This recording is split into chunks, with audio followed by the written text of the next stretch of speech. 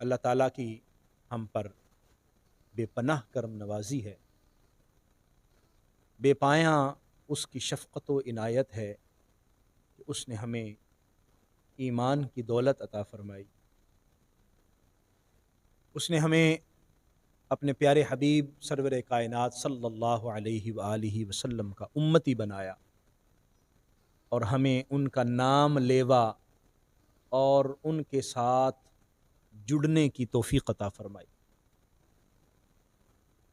اللہ تعالیٰ نے قرآن مجید میں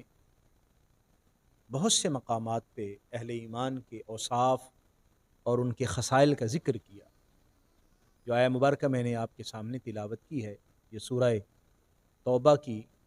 آیہ مبارکہ ہے۔ اللہ تعالیٰ نے اس میں اہل ایمان کا ذکر کیا کہ